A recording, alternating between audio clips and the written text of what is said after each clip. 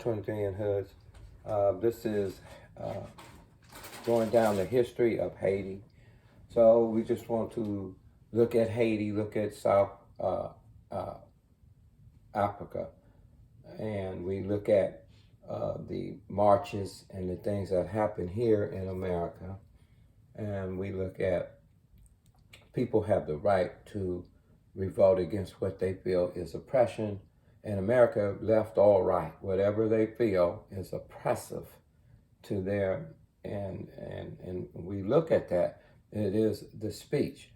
There are criminals in the midst that do burn buildings and do things like that. But if you look at the one criminal or two that do the arson, which is probably a handful of people, you cannot throw the baby out with the bathwater. It is oppression is probably more than likely what people are reacting to. So for those that want to just title, like we named the Iraqi people insurgents. How was that? No, they're Iraqis. So when we change names up, you can best believe the blade is coming. So when we throw a name around, such as the protests we've seen in America recently through Black Lives Matter and different other protests, one would say, well, it really doesn't matter. Those are thugs. But the bottom line is, one cop killed one person unjustly, then that's enough to protest right there. Because any corruption in people that are holding power, it becomes oppression. So you can't wipe it all out and just call people a title. There are people in that group that have suffered great losses, and they're reacting to what is oppressive to them. And we got to keep that in mind, even though there will be thugs and criminals and things like that in the midst of people protesting. But we should be more humble in our attitude, because this nation was birthed on protest and burning and bombing and shooting. So the bottom line is, let us be careful and be of humble mind. Now, he's going to break down Haiti and its history. So let's look at the clip.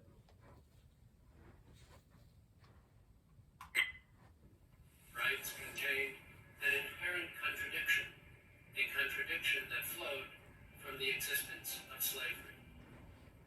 In Saint-Domingue, politicians, censors, and the establishment in general sought by every means to keep out inflammatory pamphlets from France that contained any mention of liberty or equality. But information was arriving from every point on the compass, and social ferment was inevitable. In December 1789, the National Assembly in Paris rejected the request of free people of color that the rights of man be applied to them. Vincent Auger organized a rebellion of free people of color in northern Saint-Domingue in October of 1790 with a force of 300 men. Soon thereafter, an expedition set out from Le Cap defeated the rebels and took Auger prisoner. He was tortured to death on the wheel in a principal square in Le Cap. The authorities were careful not to execute him in a part of the square where whites were executed. Separation of the races had to be preserved everywhere. A play about Auger's career and his martyrdom triggered outrage in Paris, so much so that planters living in Paris were endangered and often attacked on the streets. Ultimately, after a spirited debate, on May 15, 1791, the National Assembly granted full political rights to mulattoes born of free parents. On the following day, all colonial deputies withdrew in protest from the assembly. The shockwaves in Saint-Domingue were not long in coming, though probably only one free man of color out of 50 could qualify. The governor of Saint-Domingue claimed that he lacked the power to enforce the May 15th decree. Talk of secession was in the air among whites. Free people of color began to assemble their own army. Poor whites seethed with anger, and then far more serious problems. emerged. Amidst the upheavals in revolutionary France, spin-off effects in the colonies included clashes between whites and free colors. Information and rumors from France and other Caribbean islands filtered down to the huge slave population in Saint-Domingue. One rumor that spread like wildfire was that the King of France had accorded 3 free days each week to the slaves in French colonies, but that the colonial masters had refused to implement the decree. A planned insurrection by slaves in the south of the colony in January 1791 was discovered and quashed, but slaves continued to believe in the 3 days of freedom accorded them, disposing them to later ally themselves with royalist factions. On the evening of August 14, 1791, a remarkable assembly took place in a forest clearing, the Bois Caiman, near Le Cap. Slaves from about 100 plantations were present, in company with numerous Maroons, slaves who had escaped from plantations and lived in the woods or mountains, sometimes in bands. Maroons risked horrible punishments, including mutilation, if caught, and played a vital role in maintaining links between disparate groups of slaves, spreading information, and acting as liaisons. Slaves in Saint-Domingue came from various parts of Africa and spoke varied languages, but they shared common religious beliefs. Earlier on the evening of August 14th, the slaves had agreed to begin an insurrection on August 22nd, setting fires to fields and houses at plantations and killing the whites. The leader of this well-planned revolt was Boukman Hati, a Maroon who was also a voodoo priest. The second gathering on the evening of the 14th was solemnized by a voodoo ceremony in which the blood of a sacrificial pig was drunk by all present. Legend has it that Boukman gave a rousing speech ending with the following call to arms. The good Lord who created the sun, which gives us light from above, who rouses the sea and makes the thunder roar. Listen well, all of you. This God, hidden in the clouds, watches us. He sees all that the white man does. The God of the white man calls him to commit crimes. Our God asks only good works of us.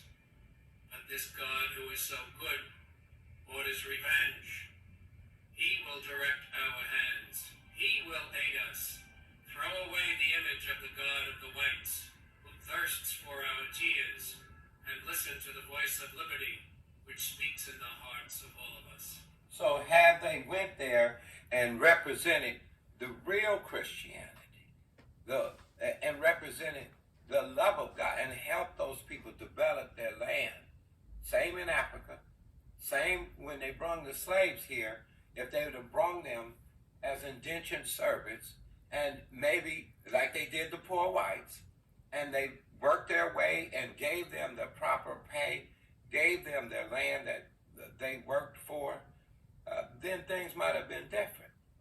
But they went in there teaching Christianity, and this is the result of it. The rejection of Christianity and the voodoo priests has stumbled over the misgross representation of civilization, commerce, and Christianity.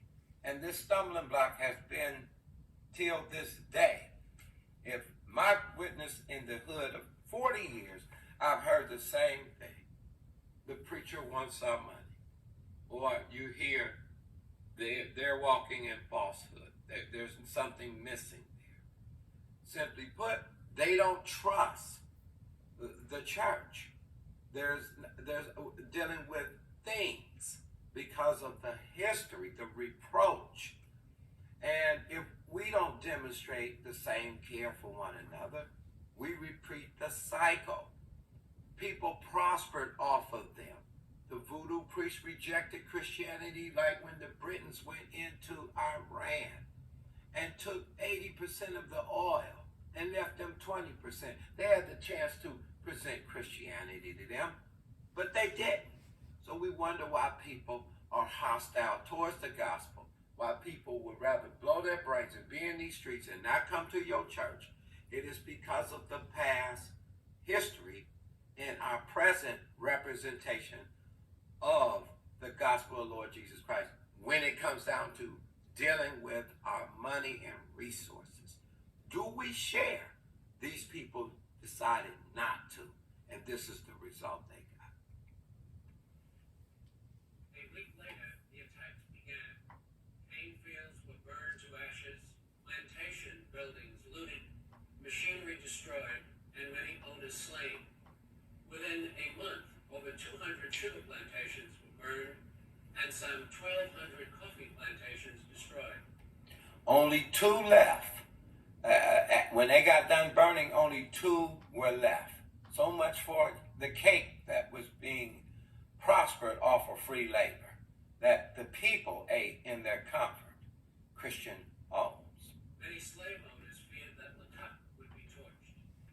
There ensued a bewildering succession of alliances, skirmishes, and shifts in allegiance on all fronts.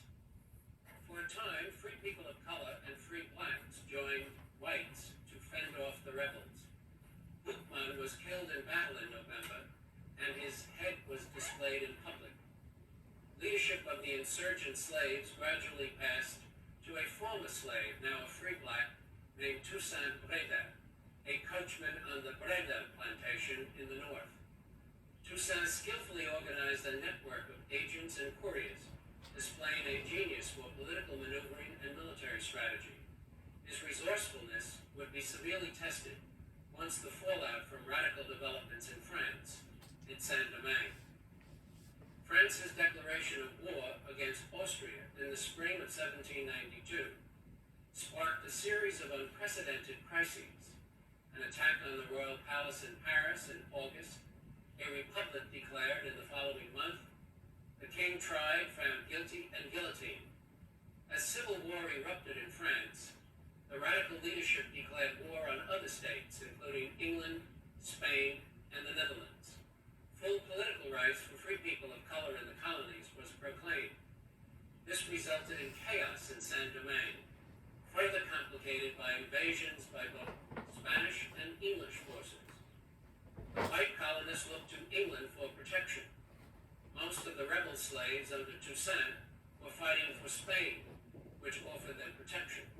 Meanwhile, 2 Republican civil commissioners, Sonthonax and Polverel, had arrived in September 1792, along with 6,000 troops to restore order. In the melee, over 10,000 slaves in Lacat rebelled. Atrocities were committed by combatants on all sides, and 2/3 of Lacat went up in flames at the end of June 1793. The vaunted Paris of the Indies was now a wasteland of charred ruins.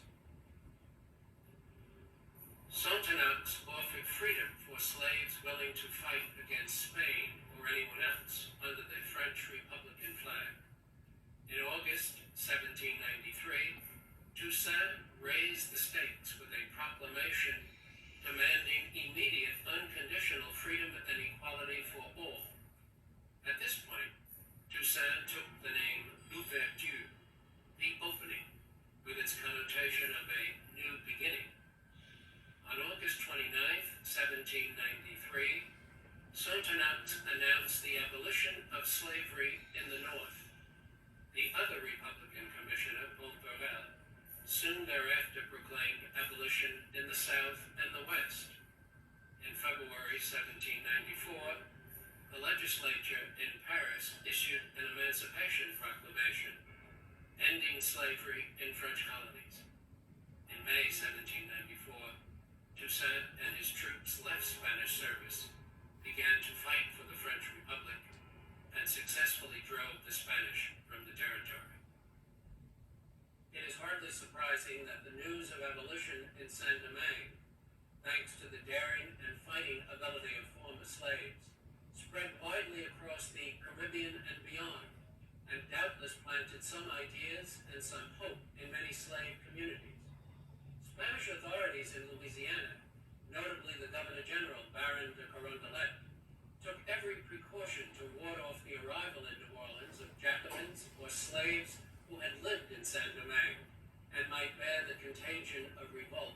this area. In April 1795, the worst fears of the Spanish were realized when a slave revolt erupted in Pointe Coupee Parish on the west bank of the Mississippi, north of Baton Rouge. Evidence suggests that the grapevine of information among slaves spread news about the insurrections in Saint-Domingue. Some 23 of the slave conspirators were executed and their heads placed on posts along the highway. 2 other heads were put on posts in New Orleans at the Plaza de Armas, now Jackson Square. 22 other slaves were given 5 to 10 year sentences of hard labor. Carondelet also arrested several white Frenchmen and a German tailor. Paranoia was rampant. One of New Orleans' most prominent citizens, Baron Joseph X. Pontalba, wrote in 1796, "I can recall when our position in this colony was ever so critical, when we used only to go to bed armed to the teeth. Often then, I would go to sleep with the most sinister thoughts creeping into my mind, taking heed of the dreadful calamities of Saint-Domingue." Gwendolyn Midlow Hall has argued that historical myths about the Pointe Coupee conspiracy of 1795 were deeply implanted into the consciousness of white Louisianans.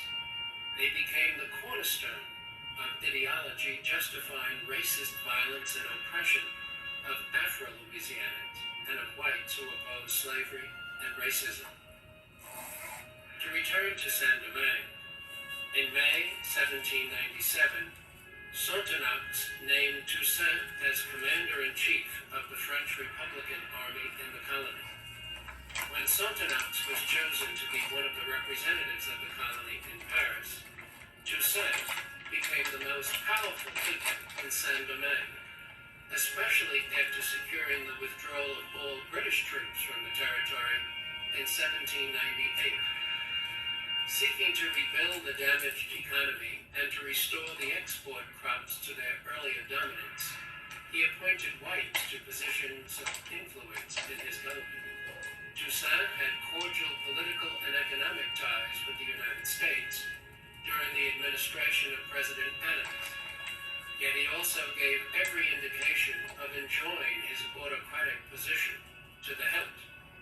By 1801, he had conquered Santo Domingo and declared the abolition of slavery in that territory. Later that year, he wrote a new constitution for Saint-Domingue, assuming the governorship for life with the right to appoint his successor. That was not the way that colonial leaders are expected to act. Indeed, it bore all the earmarks of readiness for independence from France. Napoleon Bonaparte, the head of the French government, determined to restore white authority in Saint-Domingue. General Leclerc, with 17,000 troops, arrived in February 1802 with reinforcements to come.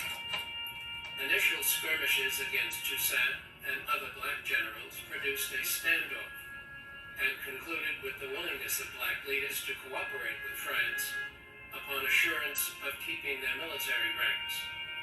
Napoleon's real intention became clear when Toussaint was lured into discussions with Leclerc, captured, and sent off to a French prison in the Jura Mountains near the Swiss border. Even before he entered the prison, the scene in Saint-Domingue had totally changed upon news that the governor in Guadeloupe had announced the restoration of slavery. Black generals like Dessalines and Christophe deserted the French, and war to the death ensued. In November 1802, Leclerc died of yellow fever.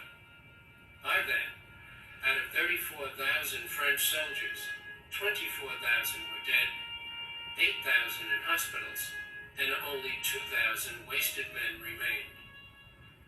The initial and we see every time that the African countries try to have their own economy or create its own currency based on its assets and be totally free. This last Haitian president is supposed to have done the same thing, have been going in that direction. However, he was corrupted, they say, as well. $31 billion given because of the earthquake, and the people are still in starch poverty. We see in the Congo the chocolate move, that the leader over there declaring independence. We see what happened in Ethiopia. We see what happened in Uganda when they tried to go independent. So in other words, unless you have a democracy, you don't get any help. If you have your own banks and your own backed currency, you better look at what happened in Libya. Just the thought of Gaddafi doing that wind up getting him ousted by Obama, the President of the United States. Yes, he's done crimes, but the thought of an African bank backed by assets when we're printing money out of the yin-yang, well, I guess it's just a little bit too much of a threat. Here is where white supremacy comes in and social injustice.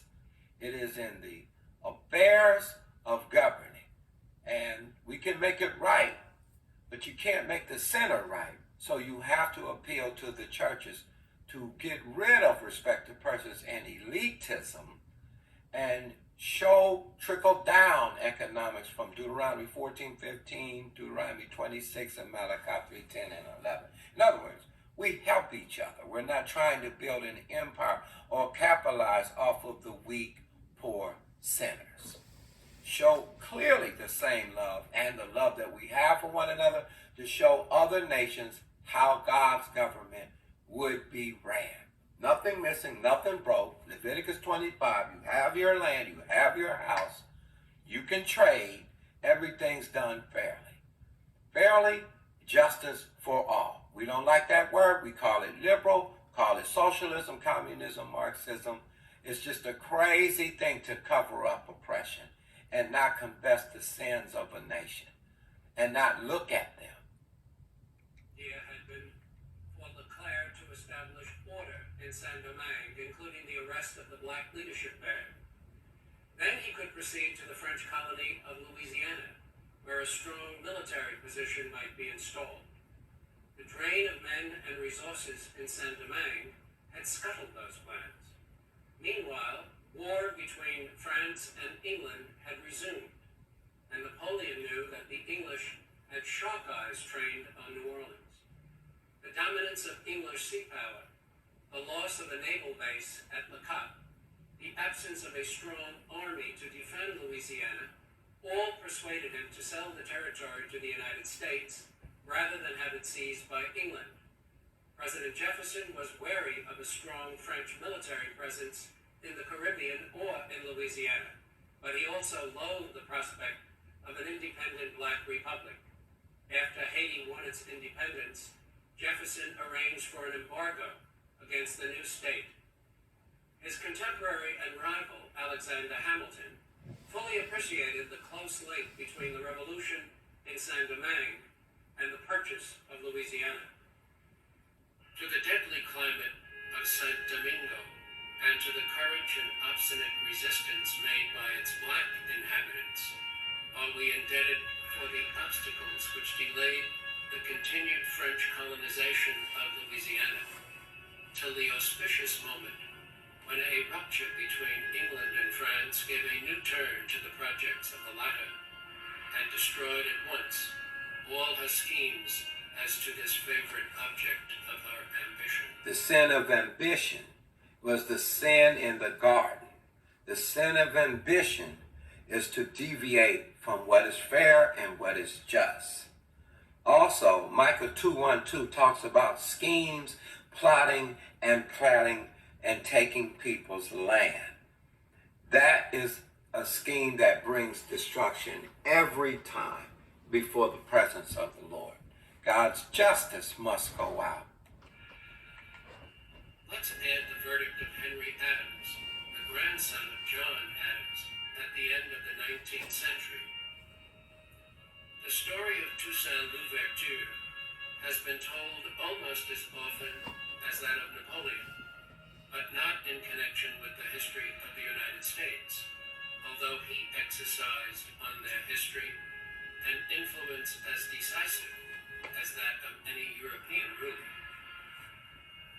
The last year of French presence in Saint-Domingue was a revolving nightmare, especially owing to Leclerc's successor, Rochambeau, who was a sadistic maniac. Atrocities multiplied, the black leaders retaliated. The French were forced to leave Le Cap in defeat. Dessalines and his troops occupied the city on November 30th, 1803, and renamed it Cap Haïtien. Earlier that year, Toussaint died in a far-off mountain prison in France. At the beginning of 1804, Dessalines became the ruler of the new sovereign state of Haiti.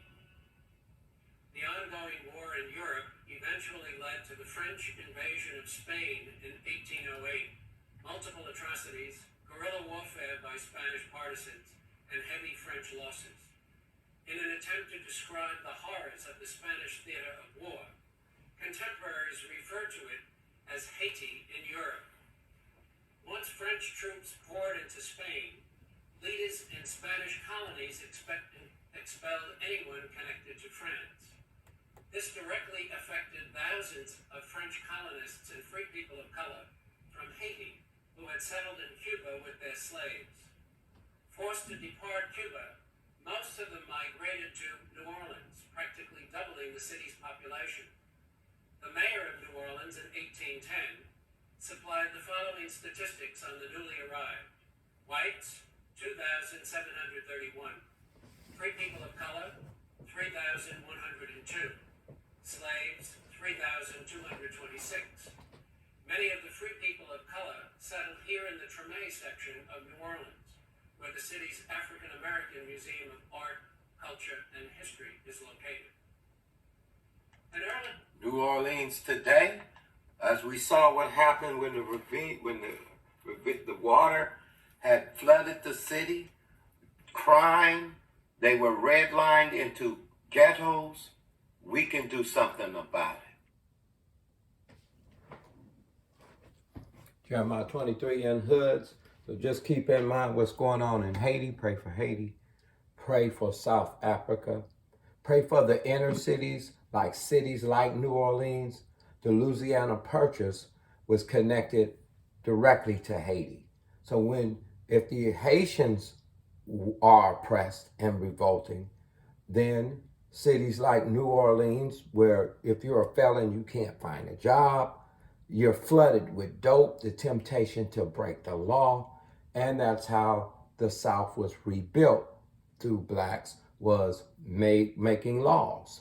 So they won't sanction the countries that send the drugs, and now with the drugs come guns. So you hear of murder and robbery and things happening in New Orleans and every inner city for that matter. We have also the conditions on the west side of Vegas, which a lot of people migrated there from Mississippi and, of course, New Orleans. And what we want to say is, when you see people revolting, when you see people rebelling against authority, sometimes it is very spiritual, and it is rooted, if you lay the axe to the root and not just title people as thugs and criminals, you will probably find oppression. And it is oppression that if my people called by my name would turn from the wicked way of choosing the oppressor's way, which brings fruit of unrighteousness, of wickedness, cause and effect, consequences from seeds that were sown through the law of sowing and reaping. Right back here, then the church has been called to repair the breach, to restore what it has not taken away. That means to say you might not live back here, but God would like to repair. So we suggest giving would be one of the mechanisms in the inner cities, to the family members that go to our local churches. Thus, the witness of us having the same care for them with finances, with time, and of course, with the Word of God will be a witness to their family members that there is a family that got each other's back. The poverty in New Orleans, it should not be that a felon who can't get a job has to step to one of our church members, being the son, the daughter, the uncle, the cousin, the grandfather, whoever gets the help from the person that is running the streets, and the church silently is not there concerning a necessity, because that is status quo, to not bring what's really going on in your life to our sanctuaries. I'm telling you, we are missing a great opportunity to let our light shine unto men. It is their relatives who we can sow to. And when they see that the same care we have for one another, as Jesus put it, they will know you are my disciples, not some Christian nation or some country naming Christ, which all of them have failed. But no, they'll know we're the disciples of Christ by the love that we show one for another. Jeremiah 23 and Hoods, God bless you. I'll give you the last word.